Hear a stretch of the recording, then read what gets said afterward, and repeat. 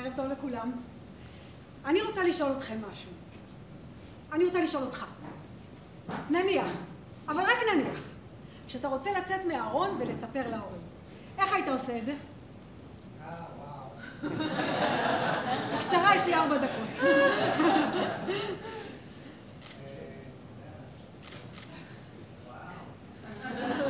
אוקיי. וואו.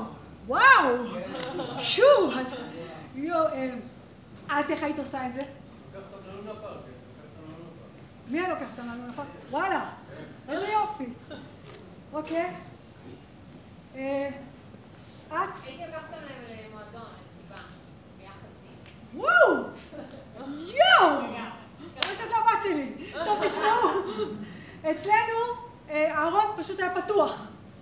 ממחיצה, אבל פתוח. אפשר לראות, להציץ, לגעת, להסתכל, אבל לא להוציא שום דבר. כולם. כולם יודעים מה יש בפנים. אין צורך להוציא.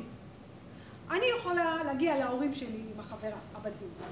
לערב שישי, לשבתות, לחגים, לגור איתה, לעשות איתה ילדים, משפחה, הכל בסדר.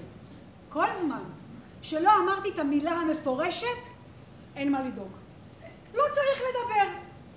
עילש, מה זה כבר ייתן?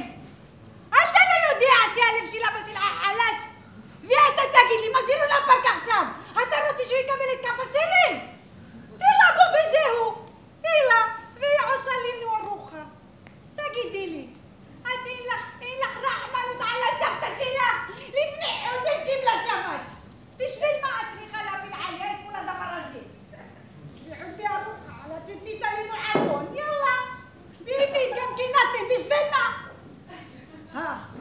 וזאת כל התודה שלך על השנים שסבלתי עלייך? האמא עליה. לא הייתה ילדה קלה. היי, כפרה עליכם, כמה צרות עשתה לי. היי, העיקר נעים הוצאת לי. אני מאיה אבגי, שחקנית, קומיקאית, מרוקאית, מהצפון, צפון הארץ, כן, לא צפון תל אביב. אני החלטתי לשים לשתיקה הזאת סוף. החלטתי לנפץ את הדעות הקדומות ולבטל את העין הרע. במופע שלי מסעודה, בשיא הטבעיות, אותו אני כתבתי וביימתי, ואיתו אני גם מופיעה כבר יותר משנה וחצי, מול קבוצות, בבתי מלון, באירועים פרטיים, התגובות חמות, מפרגנות. אז מסעודה, במופע שלי, היא נחשפת למציאות שהיא לא מכירה. היא פוגשת זוג נשים שרוצות לעשות ביחד ילד. כן, עכשיו היא אמרה לי, יעל, פגשה אותי, אמרה לי שהיא ומיכל רוצות לעשות ביחד ילד. אמרתי לה, יעל, פרה עלייך, איך תעשו ביחד ילד? אז היא אמרה לי, מסעודה, אני אביא רחם סלי, هي מיכל תביא בצת שלה, אנחנו נלך לבנק ונעשה ילד. איתך עליה שיבת לי, מולה מה מולה, איך היא תוציחי תכניס, איזה בנק נותן ילד? אני יודעתיס אבא, אני יודעתיס אמא, شو ايش المحيا؟ 6 دقات. 3 دقات.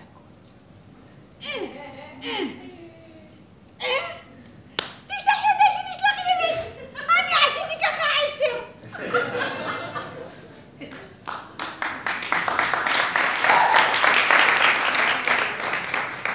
מסעודה היא אני. מסעודה היא השכנה שהייתה לי, אמא פרחה, זה השם שלה. היא הייתה יושבת על המדרגות ומורטת את הנוצות של התרנגולות, רואה ושומעת הכל, אבל מימינה ושמעת כלום. מסעודה היא אימא שלי, שהייתה אפופה בסוד גדול, היא זיכרון הילדות שלי. אני רוצה להגיע עם מסעודה לכמה שיותר אנשים, ודרך הצחוק וההומור לגעת בהם, להיפתח, לפתוח, לדבר על הכל, בפשטות, בחופשיות, בשיא הטבעיות. תראו, אנחנו אוהבים סיפורים אישיים, אנחנו אוהבים להתרגש, ואנחנו אוהבים לצחוק. מסעודה מביאה את הסיפור האישי שלה, היא מרגשת, היא מצחיקה, הפוטנציאל של המופע הזה הוא אדיר, הוא מתאים למקומות קטנים, לאירועים פרטיים, לאולמות גדולים, אפשר להגיע איתו לכל מקום. אני רוצה מפיק או מפיקה, או שניהם ביחד זה גם בסדר, שיחד נגיע לכמה שיותר קהלים. תודה רבה.